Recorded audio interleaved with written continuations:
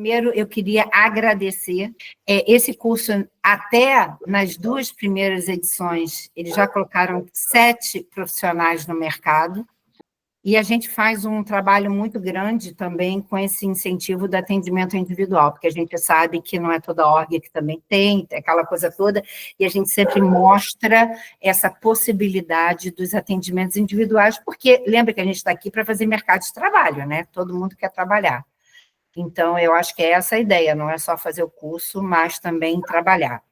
Às vezes o pessoal acha que é um pouco brega fazer festa de encerramento ou alguma coisa assim, mas eu acredito muito na força dos rituais. Eu gosto do ritual. Eu gosto do ritual porque ele marca uma passagem, marca uma transição, e principalmente quando a gente está falando de uma transição profissional, porque todos são psicólogos, eles só estão fazendo uma adaptação para a psicologia do esporte, isso é um momento que é muito bom.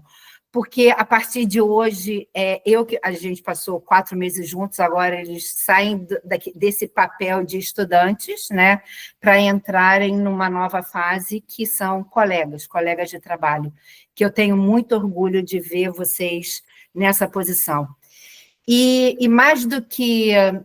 Tem uma frase, quando eu olho aqui para a minha tela e vejo a Lê e o Bernardo, eu sempre digo que aquela frase solene, né? Se você quiser chegar rápido, você vai sozinho, mas se você quiser chegar longe, você vai acompanhado. E esses 2 têm me acompanhado por um trajeto que é muito legal, mas eu gostaria muito de marcar esse momento especial e apresentar informalmente os nossos bastidores do curso, e é uma forma da gente apresentar a turma para o cenário competitivo.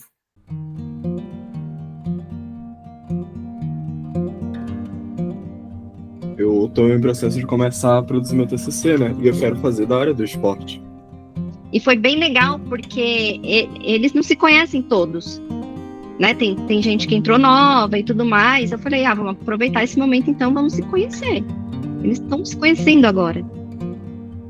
Tipo, se você quer ser um jogador profissional, você tem sim que amar o treino mais que amar o jogo. E eles perderam. Mas eu genuinamente fiquei extremamente orgulhoso, porque eles perderam, mas eles realmente se comunicaram bem. Tipo assim, parecia outro time do time que eu peguei lá no começo. Vamos lá, como é que foi a semana de vocês? Vocês preferem a tocha olímpica ou a medalha de CBLOL? A medalha de CBLOL. Ai, que lindo, Lu. Muito lindo mesmo. Uau, que chique. Meu Deus. Tudo que eu faço tem uma ideia e tem um propósito. E também, Lu, assim, até mesmo acho que o pessoal também pode comentar sobre isso. Eu acho que Eu tô falando, por isso que tinha que ser trabalhado a cultura, o que é e o que significa. Mas Assim, o que era pra ser tipo uns 40 minutos foi pra 2 horas. essa treta toda por causa de comunicação. O que você fez para você resolver essa situação? Mas O chega dele foi muito pontual, eu achei maravilhoso. Mas vamos lá, essa semana foi bem boa. Abri com eles que eu estava sentindo que o time tava meio desmotivado, que o time não estava organizando treinos, eu achava que isso estava um pouco nocivo para eles mesmos. E depois dessa reunião, assim, realmente alguns deles desabafaram. Foi uma lavada, eu vou colocar uma lavada de roupa suja, mas né, que foi uma lavada de roupa suja bem tranquila de lidar, não foi difícil. O brasileiro em si, a gente tem uma cultura de crença. Sim. Né? Como que eu vou desvincular isso se é uma coisa que está enraizada na nossa cultura? Tipo, como formação de pessoa. Mas foi inevitável eu falar de comprometimento, de treino. Eles nem treinavam, eles têm potencial, né? Se sem treinar chegaram até onde chegou, é porque tem potencial. Então vamos ter um pouquinho mais de comprometimento. Meu Deus, isso aqui é possível acontecer? E o Sion aguenta muita porrada. Agora tá, e o que pensando na cabeça do jogador, o que bateu? O que vocês acham que ele deve ter pensado? Pois é, aí na minha cabeça vem aquele negócio que você falou, né? O impacto psicológico muito grande, porque foi um erro bobo. bom. Beijo grande, gente. Beijo, até mais. Tchau, tchau. Beijo, tchau. Beijo, Lu. Tchau, tchau. Tchau, gente. Esse é um pouquinho do nosso cotidiano, gente. Gente, Muito legal, emocionante. Muito bacana, muito mesmo. Dá que o coração fica assim, tão fofo. Parabéns aí, obrigado por compartilhar. não, eu também, toda vez, eu já assisti esse vídeo umas 10 vezes. Mas, Tem que fazer outro com a participação da gente agora, hein? É verdade, verdade. Concordo. Ficou muito bom, ficou muito bom. A gente sente. Eu me senti acolhido, É, eu me senti ouvido. Desculpa, mas muitas vezes a gente está na posição que eu estou hoje, como presidente, passando por muita coisa boa, por muito desafio, e às vezes a gente não tem com quem conversar ou com alguém que sinta um mínimo de empatia pelo que a gente está fazendo. é, eu gosto desse lado humano, né, que a gente tem, né, da psicologia do esporte. O pessoal acha que eu penso só em performance, né, e lógico, o olhar do Bernardo, sim, eu só penso em performance, eu quero ganhar, ganhar, ganhar, mas tem esse lado que é o nosso cotidiano é assim. E eu queria apresentar o Léo Fontes, tá? O Léo, eu fiquei muito feliz dele ter aceito esse convite, tá? Eu acho que é uma fala que todo mundo que entra dentro do cenário competitivo precisava ouvir, né? Então, a gente faz o nosso trabalhinho de formiguinha, a gente vai indo aos poucos. O Léo é presidente da Confederação Brasileira de Games e Esportes, que é a CBGE.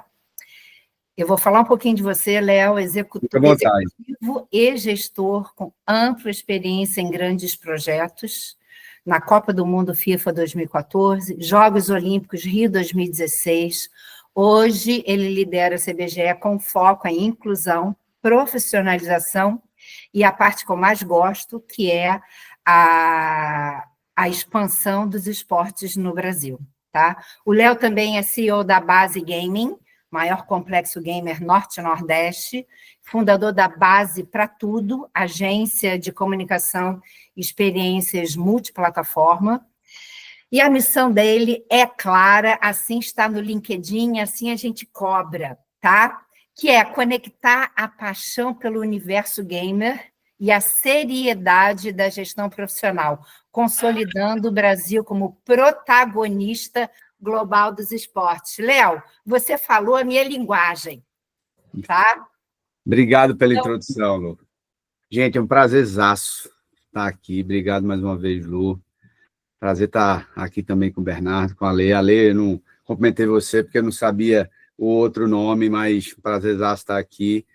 Sou fã do trabalho das orgs que vocês representam. Acho que são grandes protagonistas e tem um nível de responsabilidade para o fomento do esporte no Brasil absurdo, né? A gente precisa de ídolos dentro dessas plataformas, dentro dos títulos. Então, para mim é um prazer estar aqui.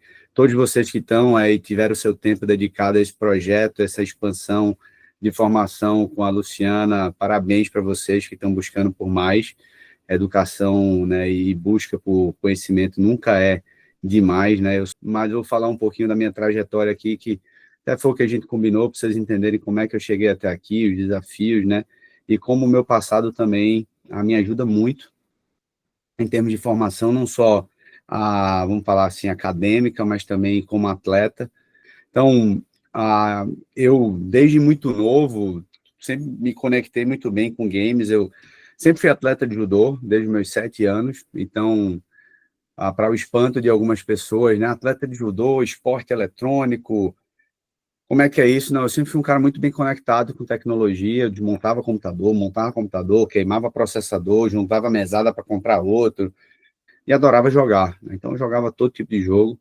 Fui atleta de alto rendimento de judô nesse interim, então, fui atleta campeão brasileiro, vice-campeão brasileiro, fiquei por uma besteira ali para entrar na seleção olímpica, por uma luta, né? E a seleção era literalmente um time de atletas disputando essa vaga de ir. como todo atleta de judô, a gente sempre tem esse sonho, né? Antigamente ainda mais, porque o sistema de mundiais, circuitos era mais difícil, mas o judô sempre foi um grande guia para mim de formação e disciplina. Durante muito tempo, ali logo depois da minha formação no colégio, eu acabei tendo a oportunidade de morar fora do país.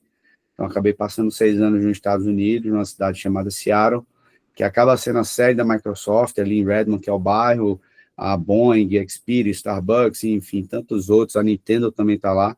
Então, sempre estive muito conectado com o ambiente, de uma maneira até indireta, ainda fazendo muito judô nos Estados Unidos, fazendo alguns cursos, enfim, e acabei depois de 6 anos voltando ao Brasil.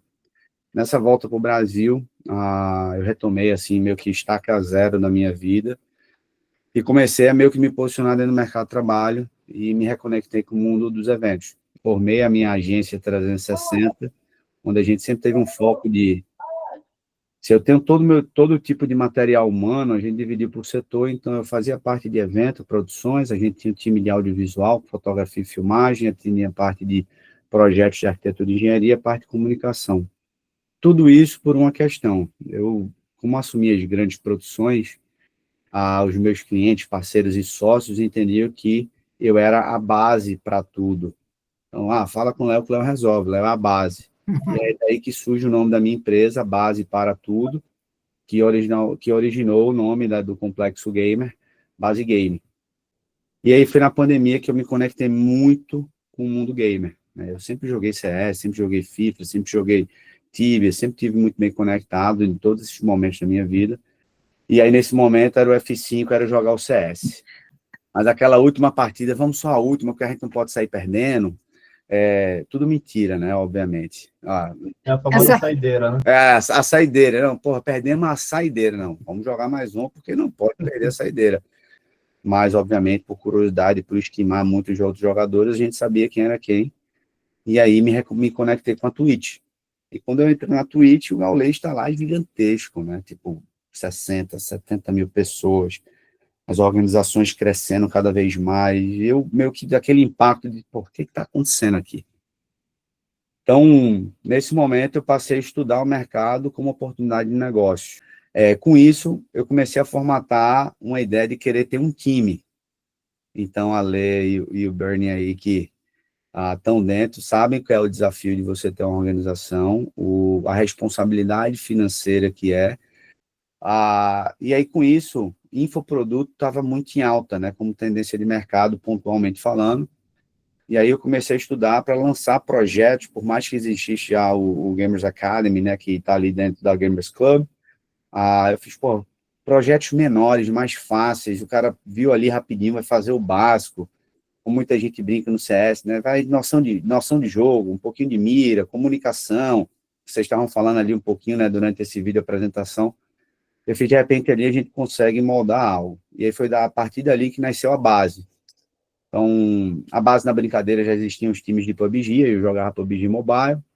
Então, vamos lançar e trazer isso para dentro do ambiente mais sério, que é esse infoproduto. E uma vez que a gente vai ter o técnico, uma vez que a gente vai ter um espaço para gravar, uma vez que a gente tem essa parte de edição com a parte da agência pronta, por que não também ter aula presencial? Então, dentro de tudo que a gente fez na base, foi potencializar, meio que de maneira megalomaníaca, de ter um estúdio de podcast, a gente está no estúdio aqui, mas que ele também sirva como uma sala de reunião. Então, isso aconteceu a mesma coisa para o que a gente chamou de Base Academy, não voltado para Teams Academy, mas voltado para a formação mesmo, a parte acadêmica, vamos dizer assim. Então, a base, ela acabou sendo construída e teve um protagonismo no cenário durante um tempo, porque a gente saiu do 0 ao 100 com uma superestrutura. Hoje a gente tem aqui um pouco mais de 850 metros quadrados, de área útil, assim, voltada para esse ambiente gamer, não limitado a isso, onde a gente tem sala de podcast, sala de streaming, escritórios, arena de PC, PlayStation, gestão de carreira, marketing de influência, eventos e por aí vai. Então, estava quieto aqui, tentando tocar esse projeto. E aí a gente começou a desenvolver uns projetos internos, começou a fazer uns campeonatos a nível regional, depois nacional, e fizemos uma competição que na primeira edição tivemos 54 times profissionais, semi-profissionais, times de streamers, ex-profissionais, amadores, e foi um negócio que a gente fez com muita qualidade, e isso potencializou a gente levando ali um reconhecimento com Wikipedia, enfim, todo mundo meio que divulgou, Brasil Storm, alguns os principais canais divulgaram. A gente acabou fazendo a segunda edição, que aí já vieram os profissionais, Tier 1 na sua grande maioria, e alguns times academies também, ainda assim sendo Tier 1. E aí a gente meio que apareceu para o cenário como um todo. E nesse interim, a gente eu acabei, na verdade, sendo chamado 2 semanas antes do Get Hill, que foi um evento que não foi tão de grande sucesso, tinha tudo para ser gigante, mas executado pela antiga gestão da CBGE. Me ligaram, por entender que Recife é um hub de bets, me ligaram, entendendo e me pedindo para eu tentar arrumar um patrocínio para o evento. Acabou que ali ficou a comunicação, foi uma indicação de um amigo na época, e aí logo 2 semanas depois o evento aconteceu, mas teve um problema financeiro, premiação que não foi paga, etc. O presidente renunciou, e ficou uma lacuna dentro da CBGE. Com isso, o vice assumiu e convocou a eleição, e nesse interim me chamaram para tentar ajudar nessa reconstrução da CBGE. O mercado ficou sabendo que eu estava participando desse momento de reconstrução, e os presidentes das federações me pediram para montar uma chapa. Eu estava quietinho e nunca fui o cara de apontar o dedo. Eu sempre entendi que o ambiente federativo e confederativo ele não estava dentro do padrão do que era para ser, por eu estar vindo de um ambiente federativo e confederativo no judô, tendo sido beneficiado por uma gestão, eu vou dizer, média boa da minha federação e saindo do médio para muito bom na confederação, com a nova gestão também. Então, eu entendi o que era esse processo de fomento e desenvolvimento. E aí, depois de muita insistência, eu fiz alguns contatos, principalmente contatos políticos, amigos para apoiar, porque você precisa de um 360. Literalmente, o movimento confederativo, ele não é Léo sozinho. Obviamente que eu estou à frente do barco, guiando o barco, mas com muita conversa, tem nosso conselho consultivo, que eu consulto muito, que eu provoco muito, porque são visões que a gente precisa ter no 360, que são diferentes, para você poder tomar uma decisão final. E acabou que eu montei uma chapa e fui eleito unanimamente para assumir a presidência da CBGE. E desde então a gente vem transformando um pouco do setor, cada vez mais, porque é um processo moroso, não é tão rápido como uma instituição privada. Eu chego hoje aqui na minha empresa, não vamos fazer mais isso, acabou, né? Tá dito. No sistema confederativo não é bem assim.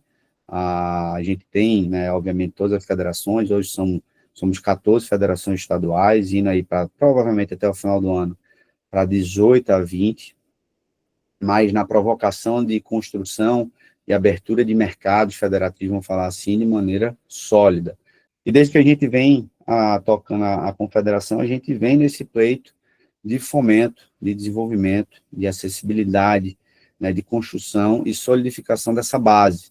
Vocês vão entender o quanto é importante ter esse processo de reciclagem, né, de atletas, de consumidores, enfim, de atletas dentro do setor, para que você possa ter um recurso não só mais barato, mas também com capacidade de formação mais jovem.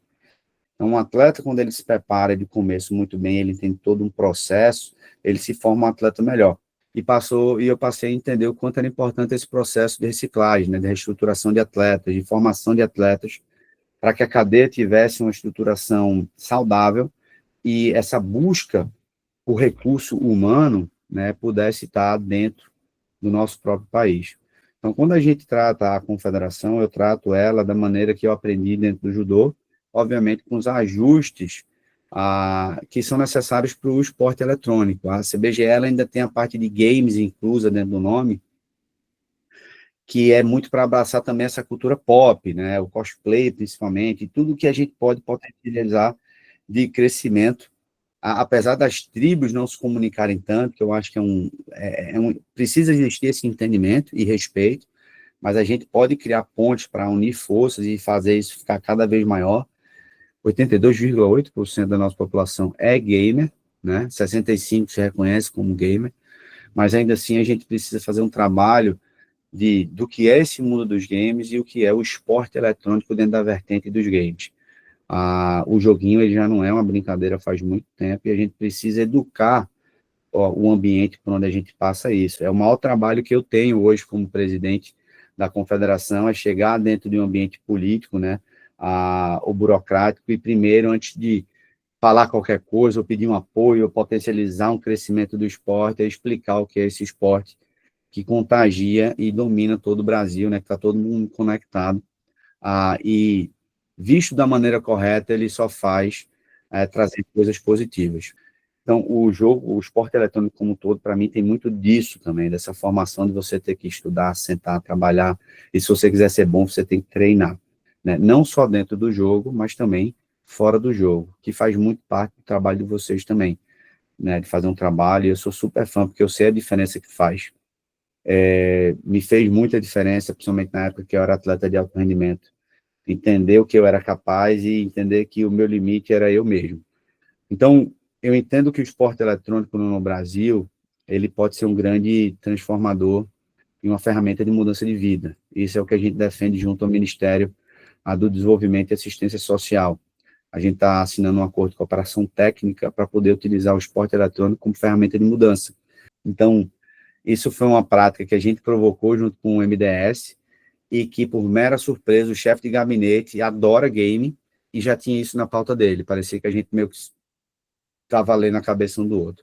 Então, hoje a CBGE ela luta muito por isso. Obviamente que a gente potencializa e acredita muito no trabalho das grandes orgs, como, né, o nosso referencial maior, protagonistas no cenário, o pessoal que está liderando ali esse movimento, principalmente de desejo, né, de sonho, de consumo, de profissionalismo, de profissão do futuro, de eu querer ser o próximo Fallen, o próximo Yuri, o próximo Cacerato, o Roblox, o Diego do Free Fire e tantos outros ali, que estão hoje com muito sucesso, estão tendo retornos financeiros muito positivos, seja o que está ganhando muita grana, ou seja o que está ganhando uma grana razoável, mas que essa jornada, ela nunca seja principalmente assim, anonimato, jogador profissional e jogador profissional nada.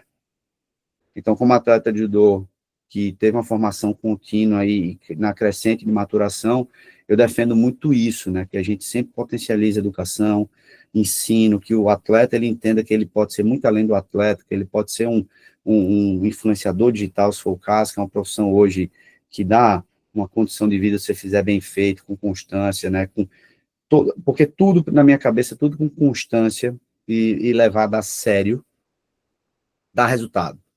Então, eu defendo muito essa esteira produtiva, né? Eu falo que existem várias fases. O jogador que se diz, o amador, obviamente, mas o jogador que se diz profissional, o que é profissional de fato, porque passou a ganhar algum recurso financeiro ali pelo jogo, o cara que vira atleta, porque daí é outro mundo, tem um trabalho psicológico, um trabalho nutricional, preparação física, técnico dentro do jogo, enfim, tem todo um ambiente preparado, e o que vai além, que é o atleta que consegue também enxergar que, se ele se posicionar como um asset, né, de influência, ele pode ir bem longe. A gente assumiu os eventos da Campus Party para poder potencializar esse calendário. Isso, fala deles. Está dando a oportunidade de trazer, em algumas edições, fazer competições online e trazer os atletas com tudo pago para competir presencialmente, para ter essa experiência, para ter esse intercâmbio demográfico, né? A gente literalmente quebrar e acabar com todas essas barreiras de São Paulo, Rio, Brasília, e só muito disso. Estamos para lançar alguns eventos nossos. O próximo deve ser um fórum na semana da BGS, deve estar anunciando nos seus próximos dias, para a gente poder falar um pouquinho, né, trazer algumas pessoas e falar um pouquinho. Tem o IGL Summit, que é muito parecido com o que a gente está falando, já falei para a Luciana sobre ele, que é um In-Game Leader Summit, literalmente trazendo as pessoas que estão do outro lado da tela e que fazem acontecer no bastidores, para que a gente possa construir juntos uma cartilha de boas práticas para o setor, porque hoje o nosso maior problema, e quando eu falo de profissionalização, é porque todo mundo diz que faz tudo. O Bernardo, a Ale, o Caio provavelmente já passaram por isso, vocês passaram por isso em algum momento. Me perdoe, eu sou incrível no que eu faço. Na hora H, o cara não sabe nada. Eu sou o melhor broadcast, o cara não sabe fazer uma direção, e aí acaba que o nosso setor acaba sendo prejudicado e diminuído por profissionais ruins e por experiências negativas. Então, a gente tem o Campeonato Brasileiro... Faz a contrapropaganda, né? Exato. Eu estou falando assim do nosso, né? Quando a gente Não, tem lógico. um treinador mental, um psicólogo que não é competente na sua função, ele não estraga só o cargo dele, ele coloca uma nuvem em toda Pulverizado. uma carreira, em toda uma categoria, entendeu? E isso a gente precisa rearrumar. A gente está aí para lançar o Campeonato Brasileiro de Esporte, mas, primeira mão aqui para vocês, a gente está com tudo bem engatilhado para fazer o nosso Campeonato Brasileiro. Vai ter que modalidade, já para a gente ter um spoiler? CS, LoL, Valorant, Free Fire, EAFC, provavelmente NBA 2K, porque a gente tem uma chancela mútua com a Confederação Brasileira de Basquete e, potencialmente, o Street Fighter 6. Então, são 7 modalidades, mas pode ser que a gente reduza por uma pedida até da própria Secretaria de Ciência e Tecnologia. Mas, enfim, tem muitas outras novidades. E essas informações a gente encontra onde? Porque a gente quer os qualifies. Não, esses são os melhores, porque eles vão ser estaduais, Tá. do regional, e do regional levam para essa grande final no Mato Grosso. Então, a gente vai fazer da maneira que geralmente acontece o esporte amador. Então, vamos sair do estado, subir para o regionalismo, porque para a gente bancar todo mundo para a final acaba sendo financeiramente impossível, mas era o sonho, tá? Mas e aí a gente conseguir levar para a final aí seu top 4 ou top 8, talvez, times qualificados. Muita coisa aconteceu na minha ida para a Arábia Saudita agora para a WC, anúncio da Nations Cup, né? Informações privilegiadas, 32 times, os atletas vão ser apontados pelas publishers, possivelmente as publishers também vão passar uma lista de técnicos, possíveis técnicos para a gente poder contratar, vai ter um handicap ali, não se sabe se é um atleta ou até 2 atletas, mínimo de um atleta, mas não passando de 2 atletas por organização, na formação dos times, vai ter 2 vagas internacionais por convite para nações que não têm capacidade de qualificação para esse ambiente. Mas, enfim, foi um evento incrível, que a gente está bem forte internacionalmente, mas a gente precisa estar com maior representatividade. Mas a gente passa isso, de repente, Luciana marca um outro papo para não tomar mais aqui, me delonguei bastante, porque eu acho que passar um pouco do que eu vivo aqui pode ser bastante valioso para vocês que estão tocando, iniciando, né, se adentrando aí dentro desse ambiente de esporte eletrônico, entenderem que os desafios vão ser os mais diversos possíveis, e lançar aqui em primeira mão que a gente vai estar iniciando um projeto em breve, um grupo C, que é o grupo Uninassalto. Vamos estar lançando aí cerca de 100 bolsas para atletas de esportes eletrônicos, vai ter um processo seletivo mais simples, mas a gente potencializar o crescimento do esporte eletrônico com a educação. Eu fui atleta bolsista durante a minha vida praticamente toda, tanto na época do ensino médio também como da graduação, e graças a Deus meus pais não tiveram que investir em educação comigo durante um bom tempo, e eu quero potencializar isso como legado para muitos outros, porque eu entendo o valor da educação dentro do que a gente faz. Mas a ideia também é trazer muito desses atletas que ignoram o estudo e acham que simplesmente jogar é o suficiente. Eu sei que a carga é pesada, que é um combinado de momentos, de disponibilidades horárias, mas que a gente possa, via pelo menos EAD, a potencializar o estudo. A gente está no 360 para poder fazer com que todo mundo ganhe. A cartilha de boas práticas não é só para ela, é para que vocês participem. Sim. A gente vai ter um mínimo de convidados para garantir essa construção de valor, mas é um ambiente 100% aberto. Dificilmente a gente vai ter alguns bloqueios. A confederação ela não é de Léo, ela não vai ser da Lu, ela não vai ser do Caio, ela é nossa. Então, estamos lançando um aplicativo em breve para filiação e processo da gente entender e mapear onde está todo mundo.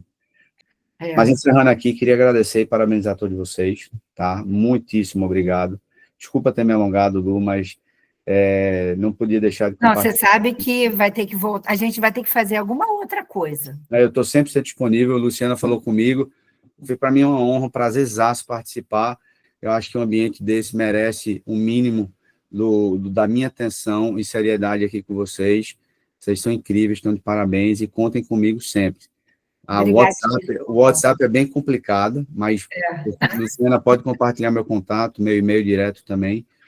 Não existe barreira aqui, eu sou aquele presidente operacional, então vocês vão me ver na Campus Party, carregando a cadeira, ligando o computador, recebendo um atleta, conduzindo um atleta, porque para mim é essa a diferença que faz as coisas darem certo. E espero que seja também para vocês. Muito obrigado. Obrigadíssima, Léo. Obrigada. Eu vou precisar partir para uma outra reunião, porque eu pensei que ia ter 20 minutinhos aqui, mas ainda tem mais 2 hoje, viu, gente? O expediente aqui é longo. Bernardo, muitíssimo obrigada, mas muitíssimo obrigada pela sua participação, Léo. Obrigada. Vai estar aqui. Qualquer coisa, estamos aí. Obrigado, Bernardo. Valeu, tamo junto. Tchau. Abraço, tchau. Primeiro, eu chamei o Bernardo e a Alê, são meus amigos, mas aí a Alê falou assim, pô, que tal a gente chamar o CX? E aí eu falei assim, cara, coach, isso sabe o que significa, né, Bernardo? Se o Zac não estiver aqui na próxima, já era. Eu nem falei com ele, nem falei. Mas agora, CX, você abriu um outro mundo. Um outro portal, né?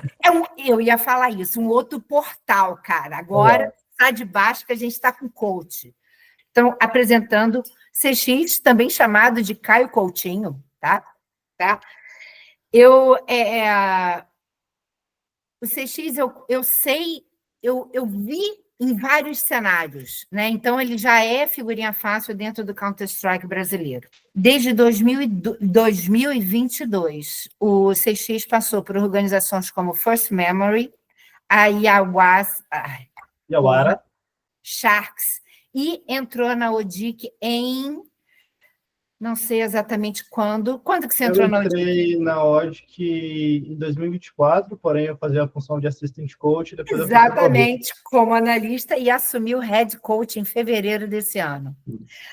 Agora, segundo a HLTV, com a liderança do CX, a ODIC, que eu chamo de ODIC, não de ODIC, paciência, conquistou títulos que, para mim, são muito relevantes, tá? Eu acho que foi a Kabum Prime League, foi vice-campeão agora do Circuito FERJ de esporte, que tiveram, obviamente, 4 grandes orgs, inclusive a Imperial, que está aí do lado, além de participar de eventos Tier S. Tier S são eventos mundiais, né?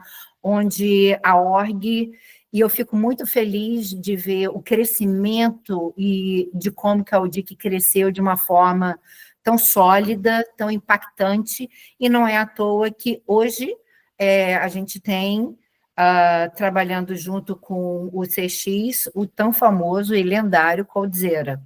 Então, para o Cold entender a boa escolha de estar junto com a ODIC, isso demonstra o quê? De novo, abertura, quase como se a bolha tivesse quebrado. Não são só mais aquelas orgs. As orgs que antes eram emergentes, hoje em dia já se colocam como organizações de impacto. Mas eu gostaria de apresentar também a Alê.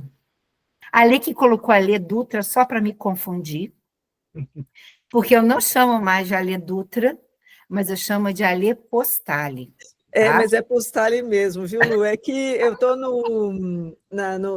aqui na página, Está no rebrand. Foi.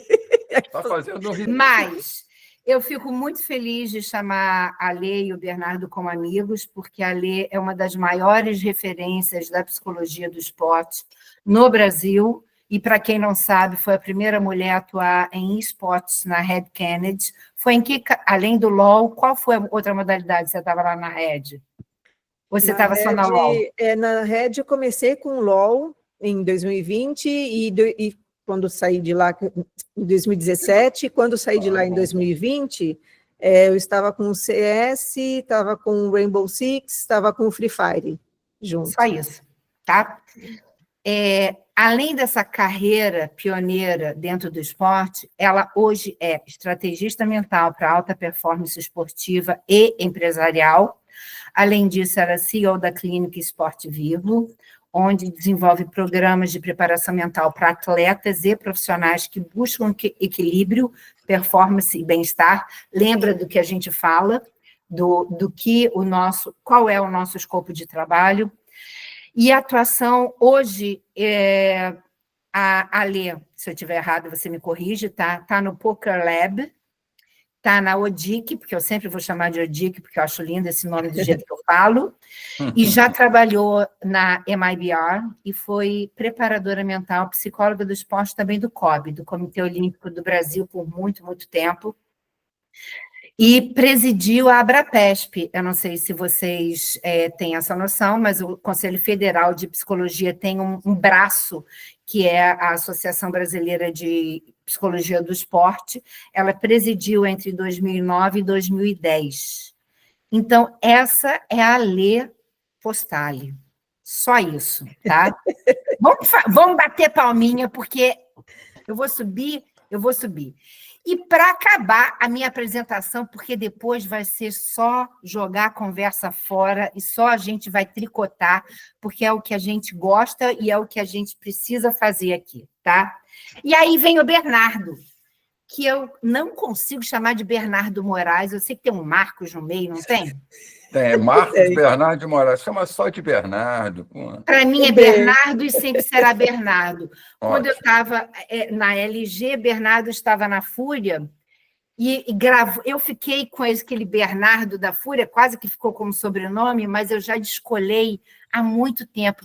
E o Bernardo ele tem uma capacidade incrível, quase camaleoa, de fazer transições.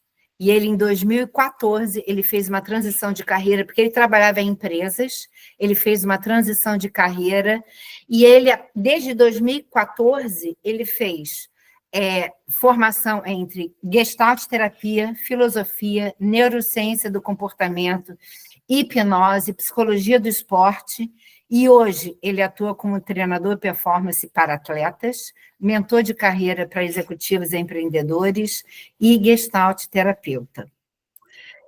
Agora, dentro do esporte, o homem é fera. Assim, não é por nada, não. Olhe para os lados, vê com quem você anda e saberás quem és, entendeu? Eu estou do lado dos dois. O Bernardo ele tem experiência no competitivo e eu acho que também pegou desde o início. Eu acho que esse foi o nosso grande boom, pegar o esporte competitivo no momento onde que foi extremamente impactante. Ele trabalhou como mind coach na Akari Team, em poker, não é isso? Talent manager na CNB, esporte. Depois ele entrou como performance trainer na Fúria e na NIP Esportes. E atualmente ele está com um cargo chiquetérrimo, que é de Performance Director da Imperial Sports. Resumindo, o cara manda na porcaria toda. Tá? E o que eu falo? O Bernardo ele é um dos grandes nomes da psicologia aplicada aos esportes. Então, a gente está aqui, primeiro, com a pessoa que abriu o nosso portal para coaches. E vamos saber o que os coaches acham dos psicólogos. Não vale puxar sardinha para ler, tá? Mas o que um coach gostaria que o psicólogo trabalhasse? Entendeu? E eu vou tentar fazer um esforço incrível de ficar calada e para vocês conversarem com o Bernardo e a Lê, que eles são sangue da melhor qualidade. CX, manda aí você. Vamos começar de você. Primeiro, obrigada, um coach aqui. Na próxima, se o Zac não vier e se o John Hay não vierem, se os dois não vierem, eu já corto a ligação com todo mundo, só fica a dica. Que aí eu vou falar, sou CX e para o que der e vier. Mas obrigada por você ter vindo. Como é que você vê a psicologia junto com você, junto com o seu trabalho? Primeiramente, eu queria agradecer a oportunidade de estar podendo compartilhar a visão do treinador, né, para vocês, principalmente vocês que vão ser profissionais no futuro, logo, logo. Eu acho muito importante vocês entenderem a visão do treinador.